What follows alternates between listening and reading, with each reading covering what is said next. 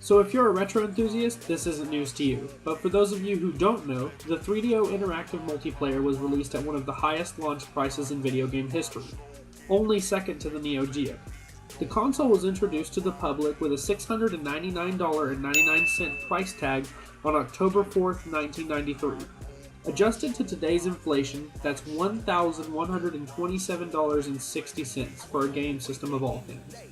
For Trip Hawkins to think that this selling point is acceptable is just fucking insane, but nonetheless badass.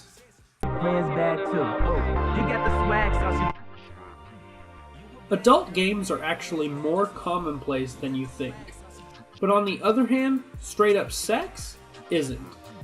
The first time I actually experienced porn was on the 3DO. Looking back, these are more interactive movies than games, and they're definitely really fucking weird. But the acting is hilarious, the sex is awkward, and the fact that you can even watch porn on a 3DO is just hilarious and outright fucking awesome. In the 90s, developers had to shuffle out $9 to $13 per game to have their games released on Sega and Nintendo platforms respectively.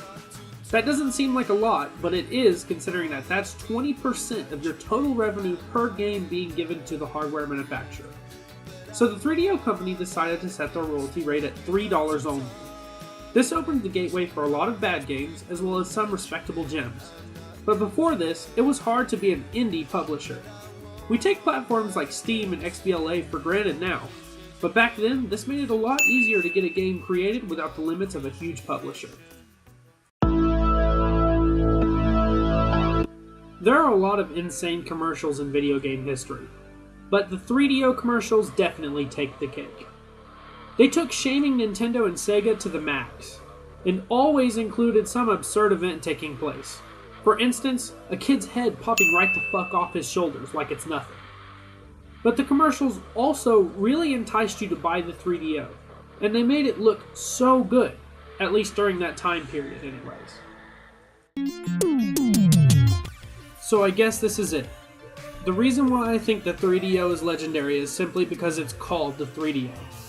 Most people believe it to be a double entendre consisting of $3 only, referencing the royalty rate, and some weird mix of 3D and video. I guess Trip Hawkins thought audio and video were pre-steps to 3DO. Not to mention, it just stands as a testament to 90s gaming, offering up some of the worst and best games imaginable, and will always be remembered as one of the most obscure consoles of all time, officially earning it the title of legendary. Legendary.